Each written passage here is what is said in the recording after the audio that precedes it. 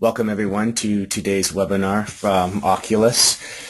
Today we are live at the AAO 2013 and we are going to be covering the Pentacam. Today we have a special speaker, Jörg Iwanczuk, and he will be speaking for us today. If you have any questions throughout this webinar, please use the questions box on the right hand side of your screen. Type those questions in. We'll be more than happy to answer those questions at the end of the webinar. So without further ado, I'd like to introduce you to Mr. Jörg Iwanczuk. Yes, good afternoon, ladies and gentlemen. Also from my side, thank you for listening to this webinar. Thank you for watching it, and I welcome you to this live webinar from the Academy 2013 in New Orleans. I want to talk to you today about the applications of the Oculus Pentacam for cataract and refractive surgery and general screening. The Pentacam is a comprehensive analyzer. It measures the total anterior eye segment with the rotating Scheimpflug camera, and based on the data that we are capturing there, we can calculate a lot of information, parameters and displays, and the list that you are seeing here running into the screen are the features that we are providing, and well, this list gets longer and longer every year since we are continuously developing the Oculus Pentacam. So I will not cover everything today, but I will cover the most important features as I told before. Good. What makes the work with the Pentacam very easy, especially when you start working with the Pentacam? You see behind every parameter there's a little yellow triangle or a yellow bar, and if you click on this with your mouse pointer, a small window opens which explains exactly what is behind that parameter. So it makes it very easy to work with the Pentacam, since nobody can have all the information in mind. Good. So when you did the scan and the system is starting its processing, all these Scheimpflug pictures that you see here on the screen are flying into the screen. And what is the advantage of this Scheimpflug image overview? Well, as you see in this example, we have here light that influences our measurement. So the patient was not examined in the totally dark environment, the door was open or some light was on, so please make sure that you switch off the light when you do the examination with the Pentacam. Besides this, when you just look to this display, you get the information: is this a very flat or is it a very shallow chamber? Do we have some opacities in the cornea or even in the crystal lens? So you can get quick information. And like in this example where you see that light influences a measurement, you can just press the button Stop Calculation, so the system immediately goes back to the scan window, so you save a lot of time in your daily work. After the examination was done and the calculation was performed, you please double check QS, our quality specification, to make sure that the examination was done properly, that the patient cooperates, that the data that we are captured are valid, that you can work and deal with them. So please check QS after every examination that you are performing with the Pentacam.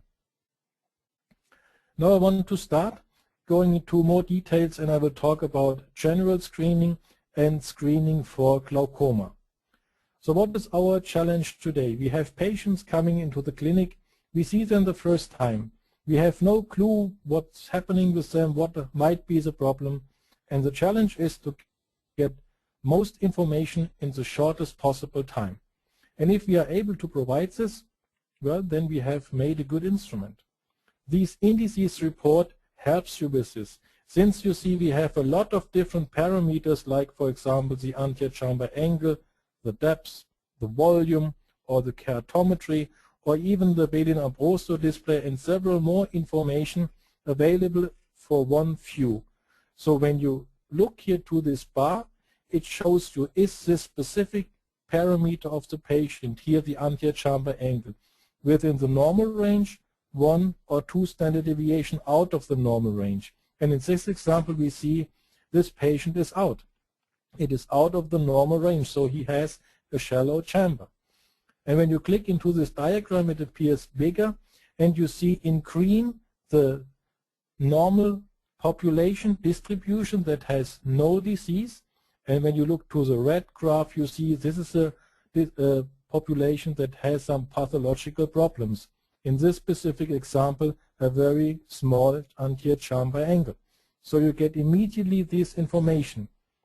Moreover, you have a navigation bar, and this navigation bar recommends you further displays that you may want to evaluate to get quickly more. Since the Pentacam has many features, it's not often that easy to choose the right one, but this navigation bar helps you to pick up the right one that provides more information. And this navigation bar is individual, so it depends on the findings in this previous display if we have abnormal parameters or if everything is normal. So it is really depending to the results. And that helps you to get quick an overview about that patient. And of course, every parameter that we are displaying is based on a pre-reviewed published paper, and when you click to the literature button, you get the scientific source. So what is your benefit? Just to summarize it. All data that we present are based on published papers. You see the normal and the pathological population and its distribution. You have the Belin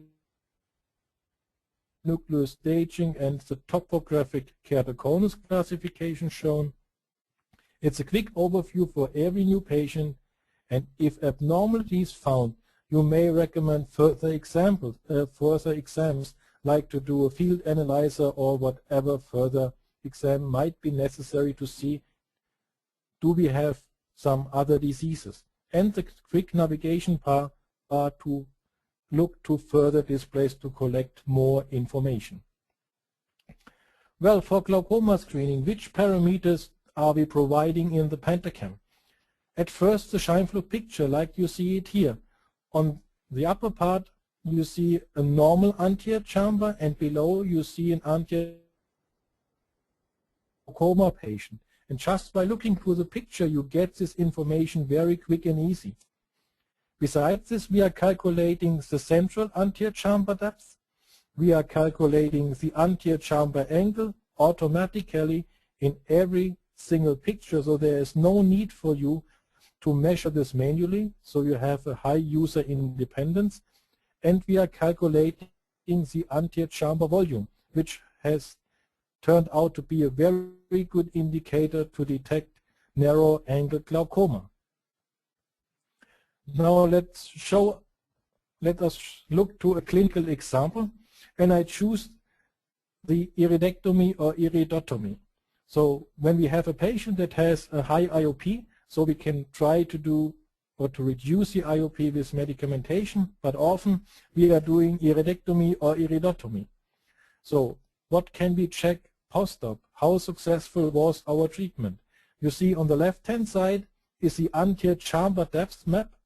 In the middle is the anterior chamber depth map before surgery. And on the right-hand side you see the difference of these both maps. So let's see which are good parameters or indicators to see how successful our treatment was. Well, the central anterior chamber depth, it did not really change much. It's not to be expected. So let's look to the anterior chamber angle. Well, it increased from 23 up to 27, so it's 4 degrees. It is something. But when you look to the anterior chamber volume, you see it increased from 65 cubic millimeter up to 95. So actually we had an increase by about 50%. So this is a real good indicator to see, did our anterior chamber really increase? So the volume is a very good predictor. And of course the anterior chamber depth map. And I marked the part that is of interest. It is the periphery. And you see in the periphery we clearly see a deepening of the anterior chamber. So we have a perfect documentation about the success of our treatment. So as a summary, what is the benefit? You have the Scheimpflug image overview to detect abnormalities. It's a time-saving way. You have the Indices report to detect abnormalities. You have the objective and automatic calculation of the anterior chamber depth, of the volume, and of the angle in up to 100 locations. And as I said, the volume turns out to be the best predictor for narrow angle glaucoma and post-op iridotomy. This parameter is not provided by anterior-chamber OCTs, and below you see some scientific references which have evaluated this, and this is pre-reviewed and published. Okay, let us come from general and glaucoma screening to the next topic, which is corneal refractive surgery. And I want to mention the screening for ectasia or for corneal abnormalities, and I want to touch corneal rings or Intacs. Often we are seeing patients, and we may see a patient that looks like this. When we look to the anterior corneal topography, we see we have a normal regular astigmatism, just the axis is a little bended. But if you compare the keratometry here from superior to inferior, you see we do not have much of a difference. And when you check the anterior elevation map, this pattern that you see here represents the shape of an hourglass. And this states for a normal regular astigmatism. So the anterior surface looks pretty normal. But looking to the corneal thickness map, you see the cornea is thin and the thinner spot is also displaced, which is a first indicator of an abnormality. But moreover, when you look to the posterior surface, you see an elevated area that tends to separate itself, and the highest spot here correlates with the thinnest pachymetry, which is highly suspicious for corneal abnormalities for ectasia. And now the question is this a normal patient? Do we have some, or maybe see some problems? And for this we have developed together with Dr. Renato Ambrosio and Dr. Michael Belin, the Belin Ambrosio Enhanced Ectasia Display. In this display you see on the left-hand side the anterior elevation map, and in the middle the posterior elevation maps. The upper two maps are calculated as you do normally the calculation of an elevation map. And in the center you find the so-called enhanced elevation map. What we are doing here is we are excluding a zone around the thinner spot, which is here marked by this circle, from the computation of the sphere. Or in other words, we use only peripheral data to fit the best fitted sphere. That results in a more flatter fit of the sphere. So if we have abnormalities like here, they pop up much more pronounced, and on the other side, if everything is normal, it remains normal. And for your evaluation, you look to the lower two maps. The front shows us a little bit of an abnormality, but the back shows us clearly we are here in the abnormal range. Moreover, we are analyzing corneal thickness progression, so we check how quick corneal thickness changes from its thinnest location towards periphery, and we are calculating an index. And below here in this line you see the different indices which we are calculating. An index for the front, for the back, for pachymetry, for the thickness of the cornea, and also artmax, which is a new parameter from Renato Ambrosio. But the big benefit of this display is we are presenting for you a so-called final, or the so-called final D. This final D is calculated via regression analysis, and you see in this example it turns out red. So this is a patient that has a problem. So we have developed the Belin Ambrosio display over the years, and we added more and more features.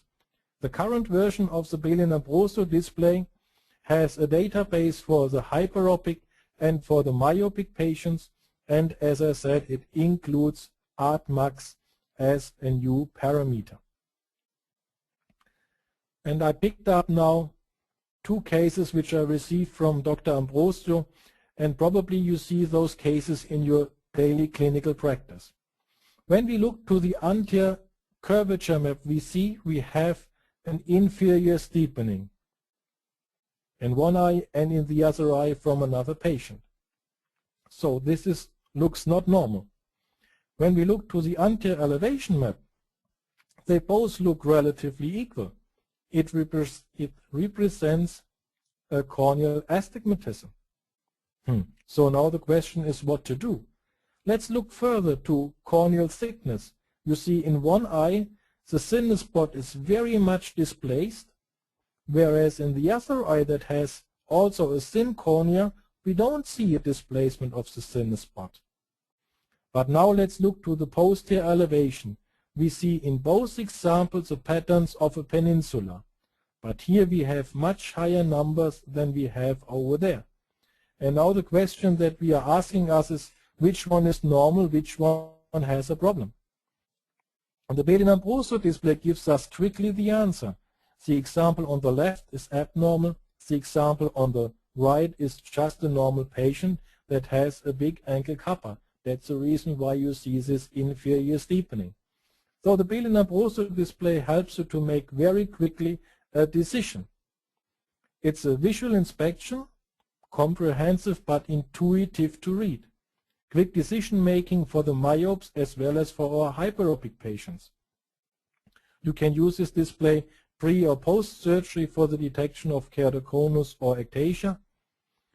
And its clue is to combine single indices into one final overall via regression analysis. So it helps you to minimize the false negative as well as the false positive patients. And of course, it is helpful for further diagnosis. Let's quickly touch a new improvement that we implemented into the Pentacam software, which is a display for pre-op corneal ring or Intacs planning. We show the minimum corneal thickness on different ring diameters and annually, and we have two table charts who are separating for the surgical techniques, either if you do manual dissection technique or if you do the femto-assisted corneal ring implantation. We show for the orientation of the corneal ring the steepest axis or the coma as well. And for a qualitative inspection, you see the anterior sagittal curvature, anterior and posterior elevation map as well as a pachymetry map. So let's look how this display look like. So you see the maps as I have mentioned before for qualitative inspection, and you see that table chart. If you click for manual dissection technique, it shows you on, let's say, a 5, 6 or 7 millimeter ring, what is the minimum thickness, what is the value and in which meridian is it, and what is the steepest keratometry. And for manual dissection technique, we need to know 80% of the thickness in the steepest half meridian. And you get these numbers displayed over here. So that allows you for an easy and quick preoperative planning. If you switch to the second topic, segments for femtosecond laser treatments, you have annually between 4.8 and 6, 5.9 and 7, and 7 and 8.1. So we need to know for that treatment the minimum thickness in the annually on the half meridian, the number as well as the orientation, and for the implementation of the ring or for the design of the tunnel, we need to know 70% of the minimum thickness, which is shown over here. So you can do a quick pre-operative planning. And post-op, well, you can load both exams, the post-op one, the pre-op one, and then you get a difference map showing you, for example, how did the cornea flatten. So you see the keratometry decreased. The anterior chamber volume and depth and angle is not influenced by this. So you have a perfect documentation about the success of the treatment. Now I want to come to the pre-op screening for cataract surgery. And of course, this includes the general screening that we get in information about the patient's eye conditions. We have built in a display that is called Corneal Optical Density, which is unique. This display allows you to detect early diseases in the cornea itself with regard to optical density. The example I am showing here is a patient that has early Fuchs dystrophy. Fuchs dystrophy in the endothelium. So when you look to the map here, you see this is a maximum density map, and you see we have some problems in the center, which will for sure influence patient's vision. On the other hand, you have the chance to separate certain layers that you want to look to, and the result is shown in this map, which can be presented grayscale or in color. So here I just separated for you the endothelium, a bit of a testamet, and the stroma. So and here you see we have an opacification in the posterior surface, at the posterior layer of the cornea. And for the quick visual inspection for all the clinicians, we have a table chart where we show the anterior layer, the posterior layer, and the remaining center. So the anterior layer has a thickness of 120 micrometer, the posterior layer has a thickness of 60 micron, and of course the center layer depends on the actual thickness of that cornea. So you get the density value in these different areas. Okay, having the number is a first step, but is the software sensitive enough to separate different diseases? In this example, I show you the numbers in the center of a cornea that has Fuchs dystrophy, and on the right-hand side of a normal cornea. So you see the values for itself are very, very different. So the software is sensitive enough to pick up those changes.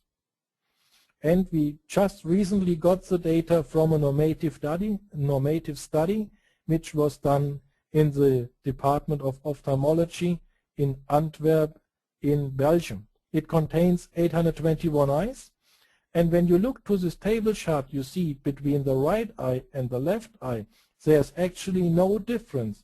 The correlation is very good between both, so there is no need to separate the analysis between right and left eye.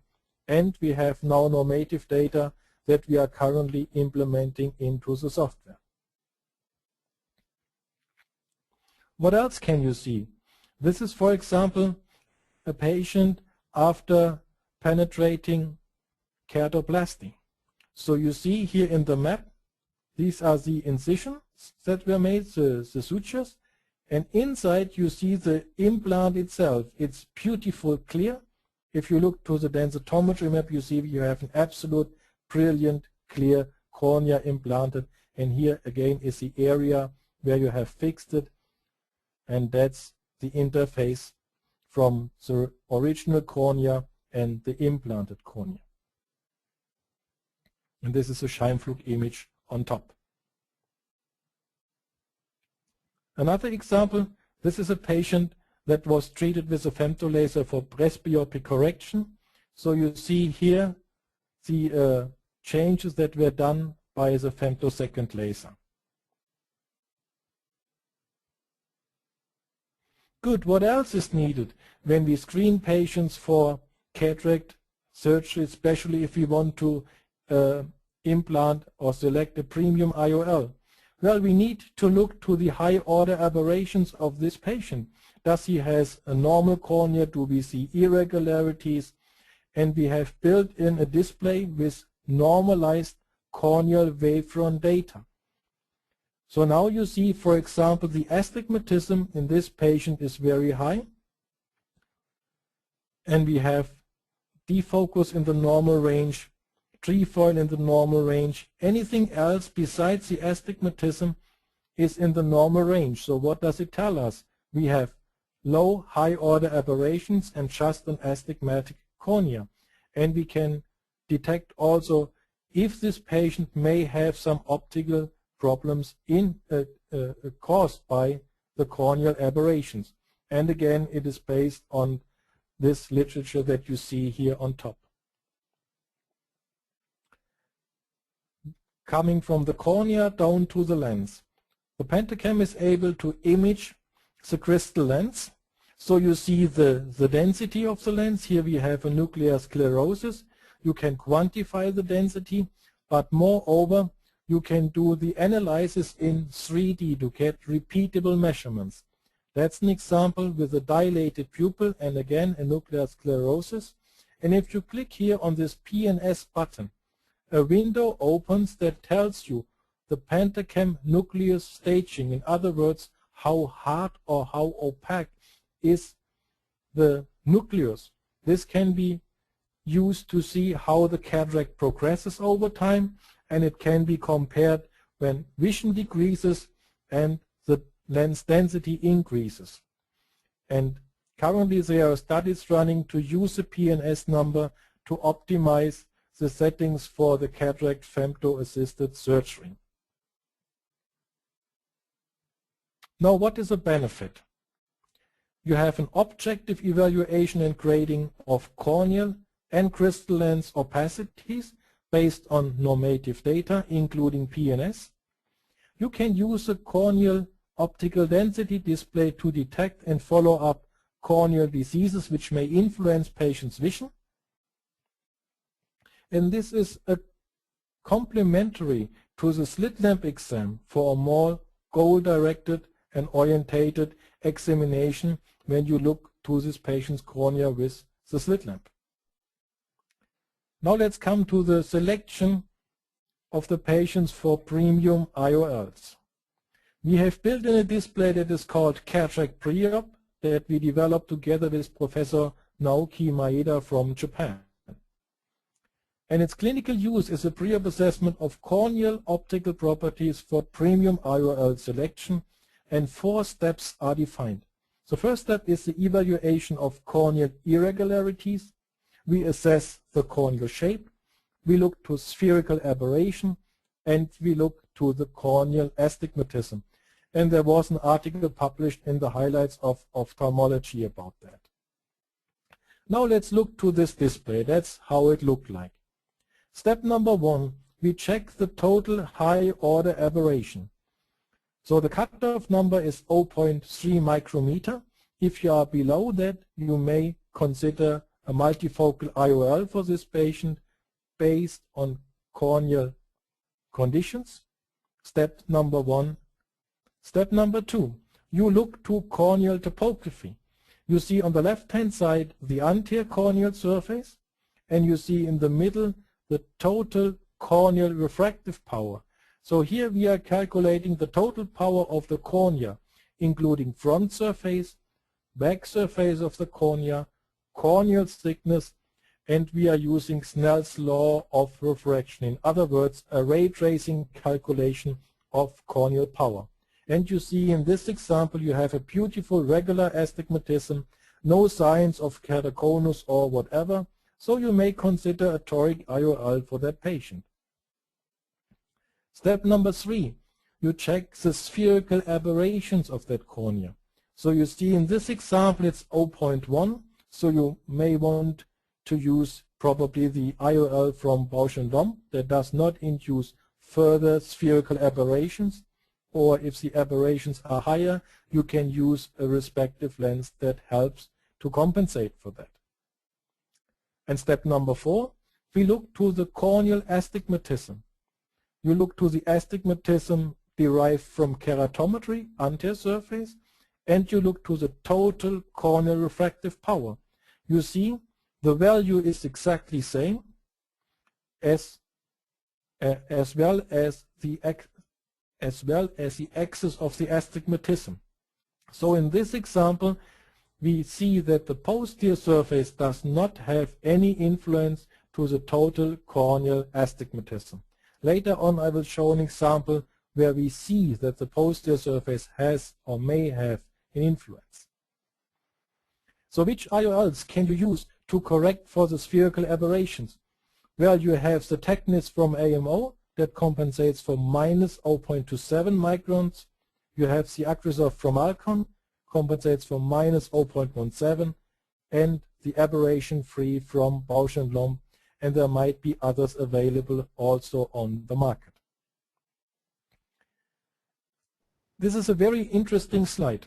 It shows you which sources of error do we have for IOL calculation. Sources of errors in 1992, this is a paper published from Dr. Thomas Olsen, and you see in 1992 actual length measurement was the biggest problem since we didn't have optical biometry. The calculation of the effective lens position, or the prediction, better to say, was difficult, but nobody really cared about corneal power. Let's look to another paper that was published in 2008 from Dr. Breusner. Now you see, actual length is not a big problem anymore. We have optical biometers. But now corneal power comes into play and plays a much bigger role.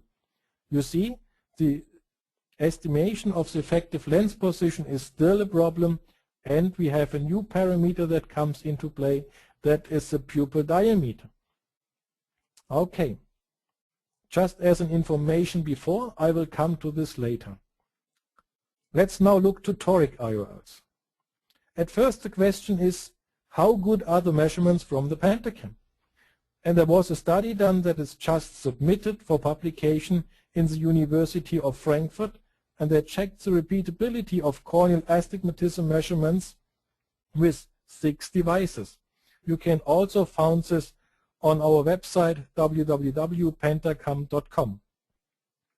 Now what did they actually found? And I picked up here 2 instruments, which is on the left hand side the IOL Master and on the right hand side the Pentacam HR. So you see the correlation of the repeated measurements with the IOL Master compared to the Pentacam. So you see the correlation with the Pentacam measurements is much, much better.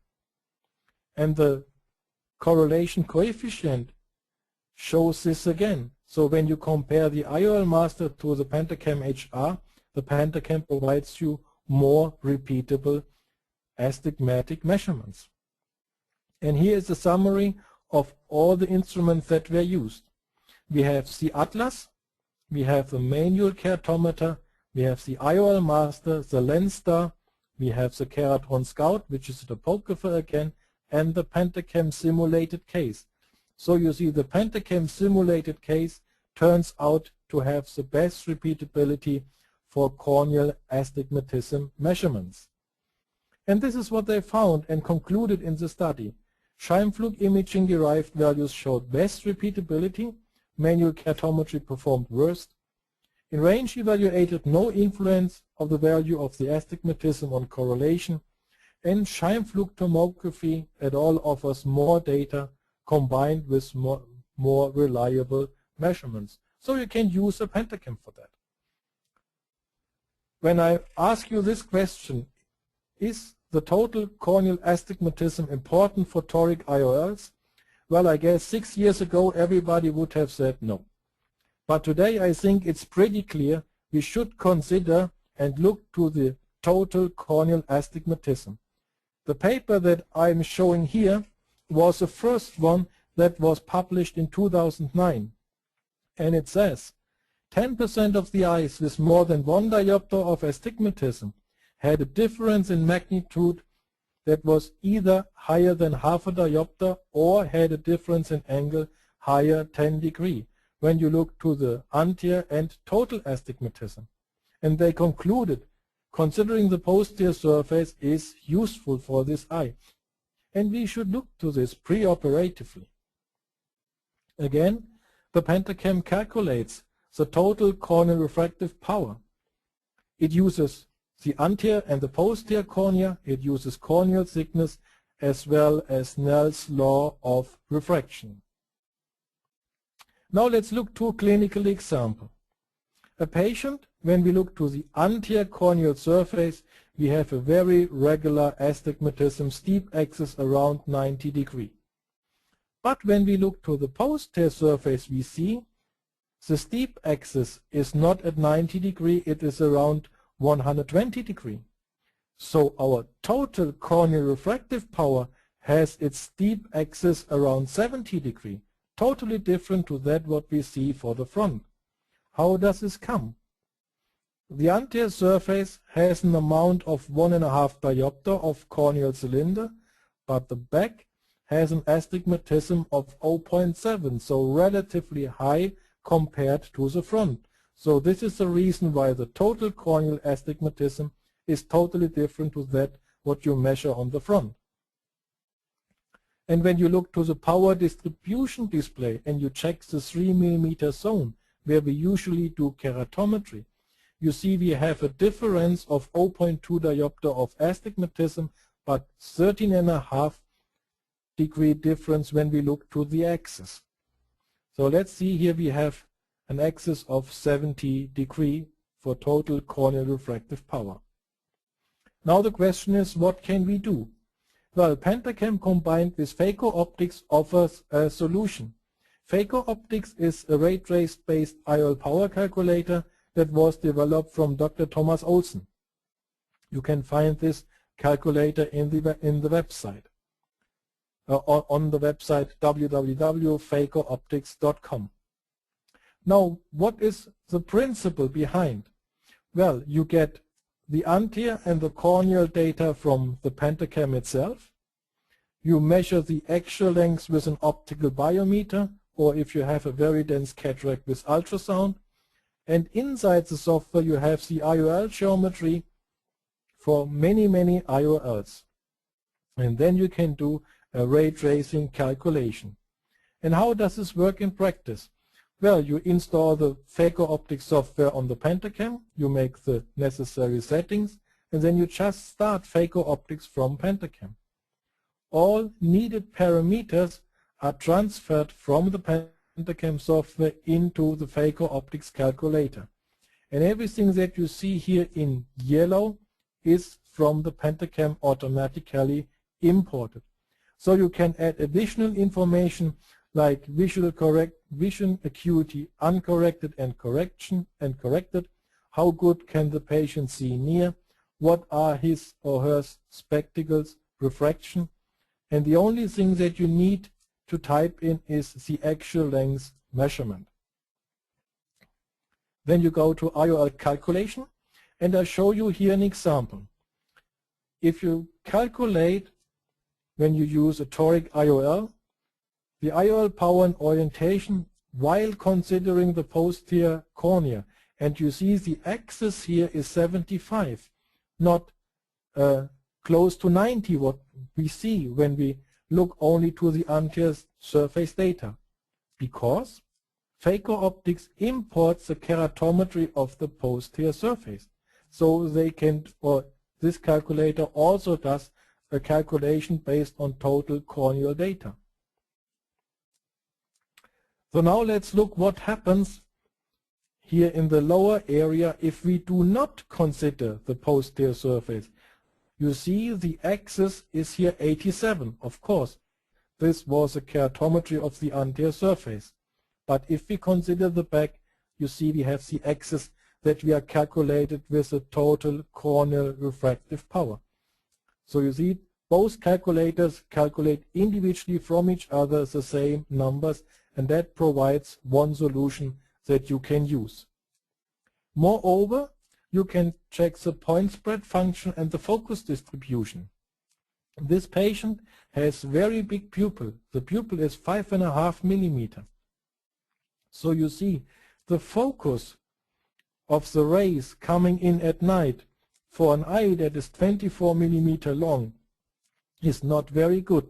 We have focus before, focus behind, and the high order aberrations on the retina are relatively high. Yes, the reason is this cornea is not really regular, so patient's vision at night can't be perfect.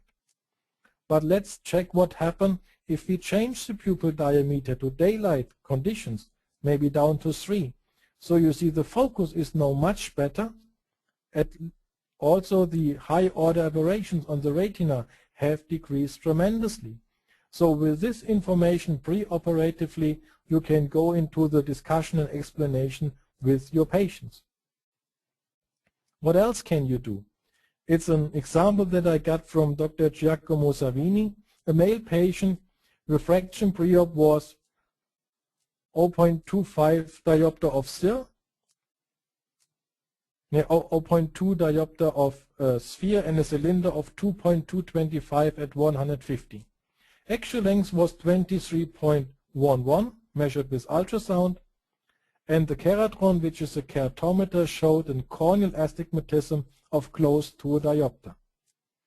Well, the Pentacam showed another number, 1.6 diopter of total corneal astigmatism.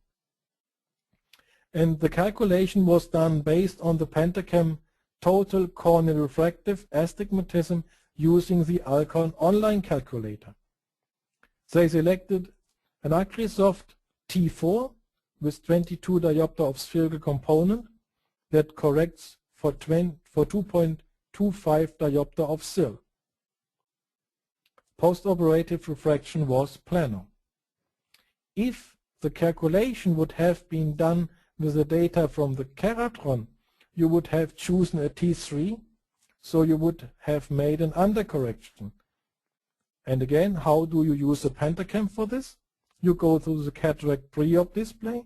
You see there is a difference, significant, it's displayed here in yellow, between anterior surface data and total corneal refractive power. And when you look to the power distribution display, you see Pentacam also underestimates the astigmatism when we look only to anterior surface data. But total corneal refractive power gives us the higher value for the astigmatism. You see the axis does not change, but the amount of the astigmatism. And here you see you have the keratometry from the keratron, anterior surface close to a diopter. Now I did this calculation using Phaco optics. The cylinder that the software calculates for us is 2.25, and then we get almost planar for the toricity. Now let's look to the anterior surface when we use the Alcon calculator. When we use anterior corneal surface data, it selects us a T3. But if you use the total corneal refractive power, the calculator selects the T4. And in this example, the patient's outcome was perfect while using the total corneal refractive power and the lens that corrects for 2.25 diopter of cylinder. Okay, what else do we provide? We provide an iris photo, and inside this iris photo we project the keratometry. So you see here we have the flat axis, we have the steep axis, and you can select if you want to see the total corneal refractive power or only the front.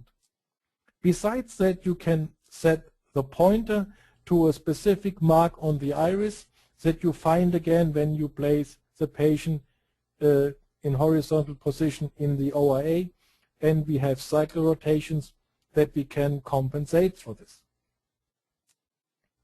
And here you see when we project the keratometry into this iris photo, you see the huge coverage that we provide with the Pentacam. You get topography data almost from limbus to limbus, and that's the only device that gives you that big area. So what is your benefit? At first, the Pentacam provides the most accurate and repeatable astigmatic measurements. You have 4 steps to find the best premium IOL. You have solution for toric IOLs, including the posterior corneal surface in terms of the detection of astigmatism in terms of amount and axis that helps you to select and provide the best IOL calculation method, and you have a printout for the operating theater. Now we have to calculate the IOL power besides that what I showed before for the toric IOLs. There is a formula published from Dr. Edmondo Ambrosio several years ago, which is called the BEST formula, and the BEST formula was developed for Pentacam only. It requires Pentacam data, corneal thickness, anterior and posterior radius of curvature, and actual length. And the mean deviation target to post-op manifest refraction was pretty much to 0 with a standard deviation of plus minus 0.62 diopter. And the BEST software is also linked to Pentacam, and more information can be found on the website www.bestformula.com. So you have a calculator for the post-LASIK patients. In the Pentacam, since several years, a holiday EKR detail report is implemented. And what Dr. Jack Holliday found, if he uses the 4.5 millimeter or the 65% mean of that, and if you plug this into the Holliday Consultant calculator for IOLs, you have a very good method to calculate the IOL power for the post-myopic LASIK patient. But what you should consider is you should also look to the pupil diameter, and if the pupil is very small, you may go down to 2 or 3 millimeter and select a flatter K to avoid hyperopic surprises.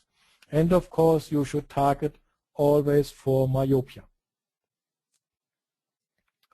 What to do if we have our post-RK patients? There was a study published from Rick Potwin and Dr. Warren Hill in March 2013 in the Journal of Cataract and Refractive Surgery for post-RK eyes with no history.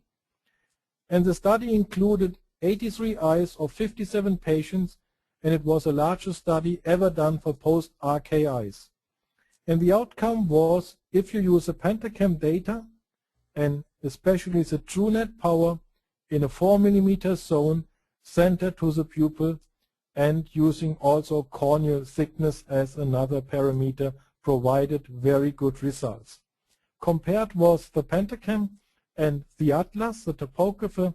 So you see 24 were within a quarter of a diopter, 40 were within a half, and 73 were within 1 diopter. So a pretty good outcome for Pentacam. And you find this formula when you go to the ASCAS website and you select the page for eyes with prior RK. You have the Pentacam readings over there. You can type in the power as well as the minimum corneal thickness. And if you click with your mouse to this field, you get the explanation where you find this specific values in the Pentacam software. So we have a calculation method for the post-RK eyes. What do we do with our post-hyperopic LASIK patients?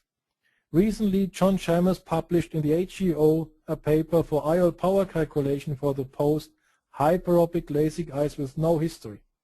And the study included 50 eyes from 50 patients.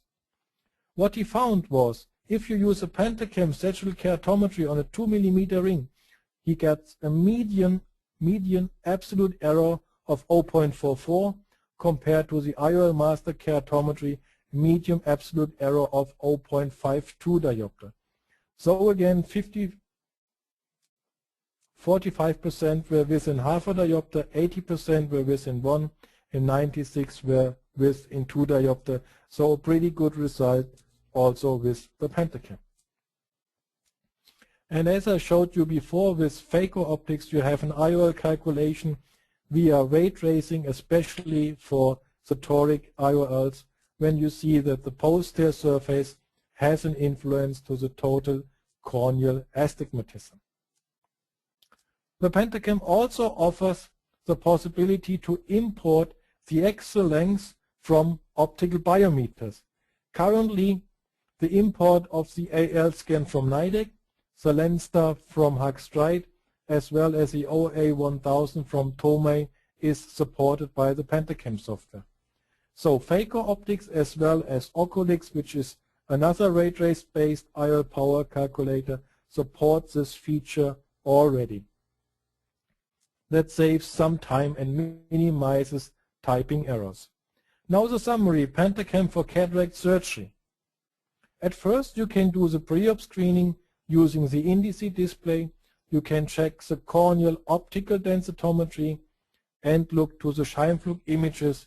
You can check the crystal lens density and of course Belin Ambrosio to make sure that we have no corneal abnormalities that may influence patient's vision post-op. You can select the premium IOL in the cataract display with 4 defined steps. If necessary, you can use a power distribution display to get further information. And for IOL power calculation, you can use the ASCAS online calculator or the calculator from the manufacturers. You also have the chance to use ray tracing calculators like Phaco Optics or OCULUS. and BEST 2. You can use a Scheimpflug post-hyperopic laser calculator, and the one from Dr. Holliday when you use the EKRs as a printout keratometry projected into the iris image. This was what I want to say about cataract surgery, and now I want to quickly cover phakic IOLs. If you want to implant an ICL into the anterior chamber or better posterior chamber of a patient, the Pentacam provides all the necessary information that you need pre-op. When you look to the Scheimpflug image, you see that the crystal lens is totally clear. So we have no cataract.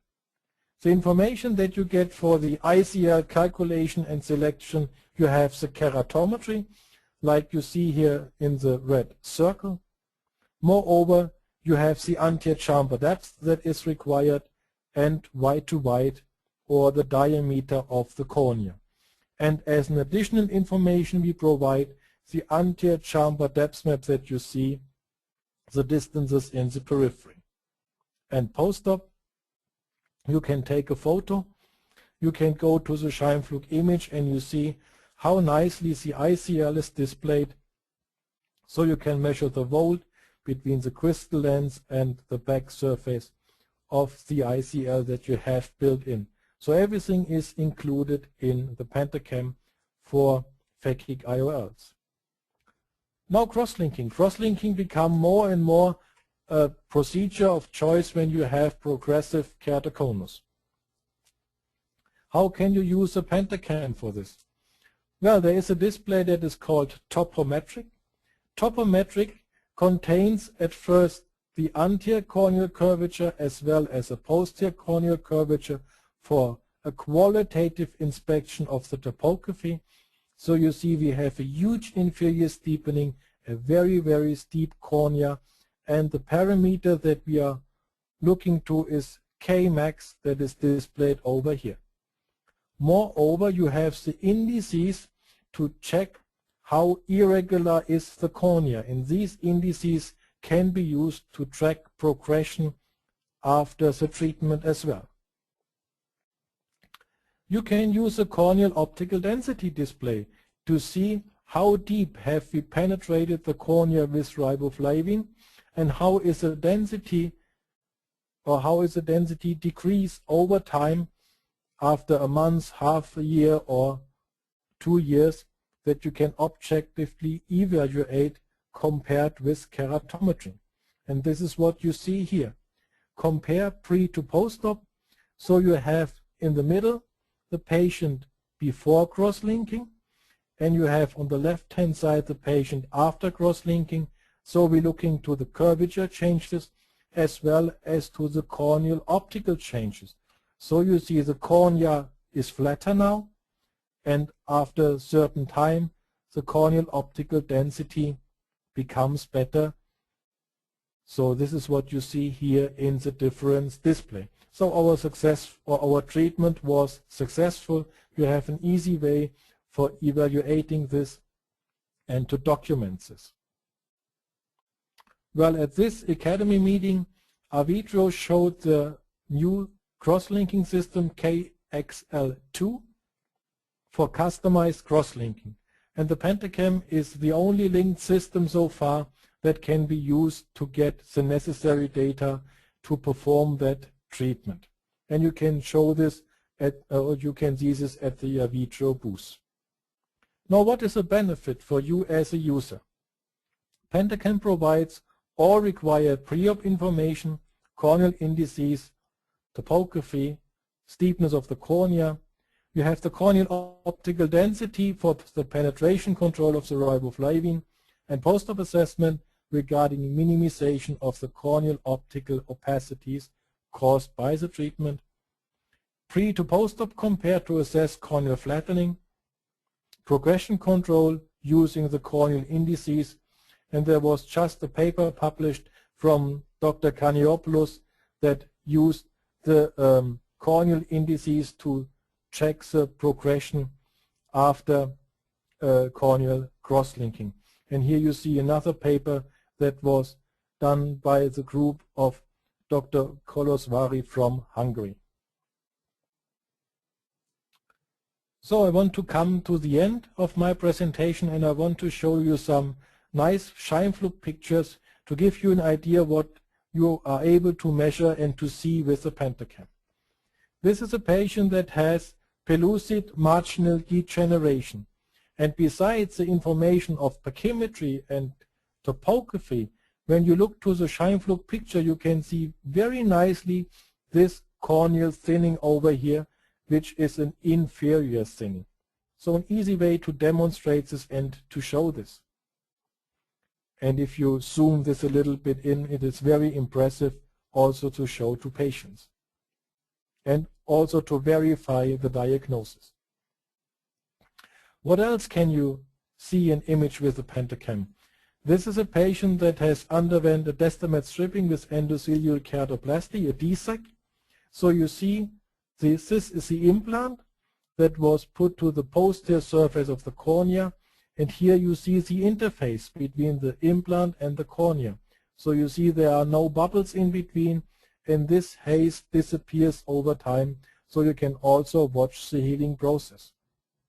And if you zoom this a little bit in, you see how good the resolution of the Pentacam is.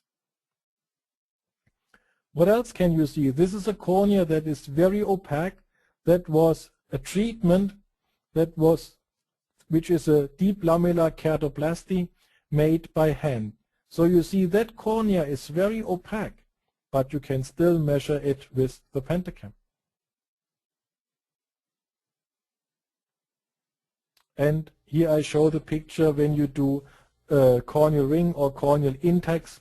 You can see the tunnel, and if you want, you can zoom it in and you can measure where was the tunnel actually set and what is the remaining thickness under the ring, so that we do not have the risk for penetrating the cornea. So I thank you very much for your attention, and I invite you to visit us under www.pentacam.com, where you get a lot of information, our general website oculus.de, or under Oculus TV, where you find a lot of presentations and lectures that were given at the shows, and you can watch them. So thank you very much for your attention, and I wish you a very nice day and a further good show here in New Orleans. Thank you very much. Thank you very much, Jörg. We really appreciate that. I do have a question here that we would like to ask. Returning back to the Belin Ambrosio 3 display, are there actually 9 indices such as distance of thinnest point from the apex? And are 4 of those indices less weighted than the 5 that are displayed? I go back to this display just a little second.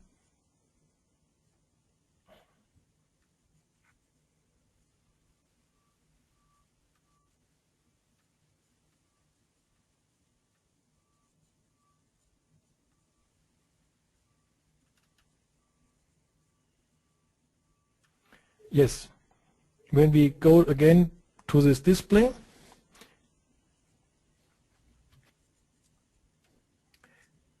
the parameters which have the biggest influence while calculating the final D is the posterior surface of the cornea and corneal thickness progression.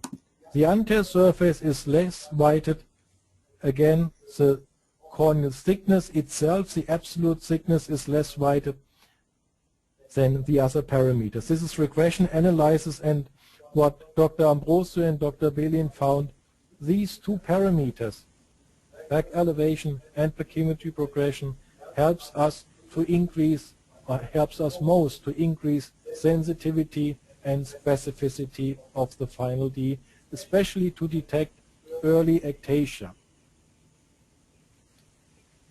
Okay, thank you. And the other 4 parameters that we don't see at the bottom, they are located where?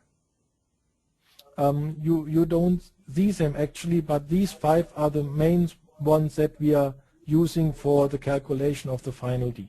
Great. Thank you very much. Thank you everyone for joining us tonight live at the AAO with regards to the Pentacam. We hope to see you at the booth, and that's about it. Thank you, and have yourselves a good evening. Thank you, Jörg, very much for joining us this evening. Of course, you're welcome.